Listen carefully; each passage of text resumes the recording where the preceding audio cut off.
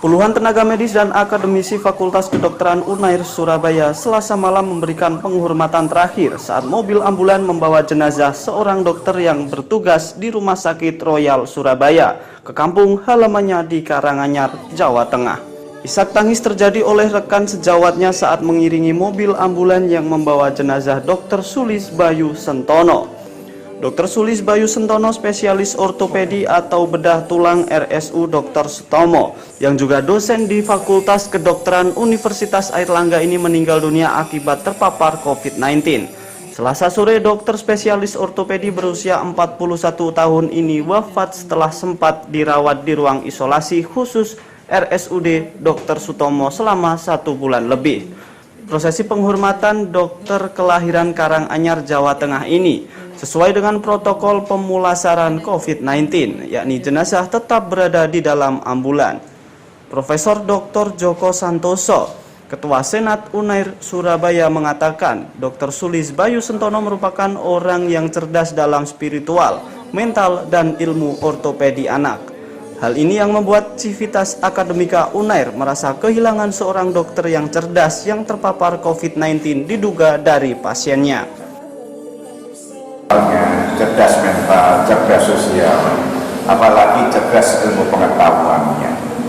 Dengan demikian, kemudian merasa kehilangan luar biasa besar karena keikhlasan dalam mengabdi luar biasa didukung oleh kemauan untuk memberikan suatu pengabdian yang luar biasa ini. Maka insya Allah beliaunya akan husnul khotimah. Untuk terpaparnya dokter dari terpaparnya COVID dari almarhum ini bagaimana? Kenapa? Ceritanya kok sampai terpapar? Ya, karena dokter ini kan sudah merupakan sumpahnya ya. Setiap saat harus memberikan suatu layanan pada pasien-pasiennya ya. Tentunya sulit untuk mengatakan dari mana dapatnya, yang jelas itu saat melayani pasien.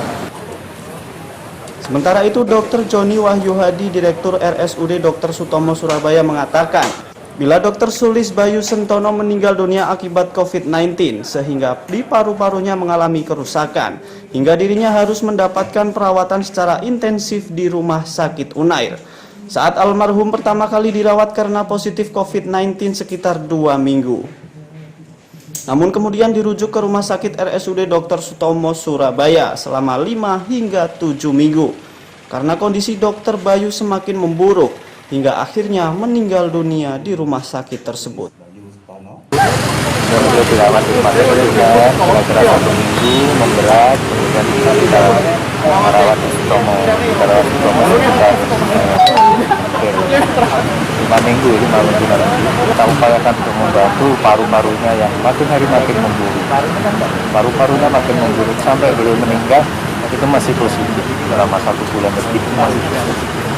Ini message yang harus kita renungkan adalah kita belum selesai dengan COVID.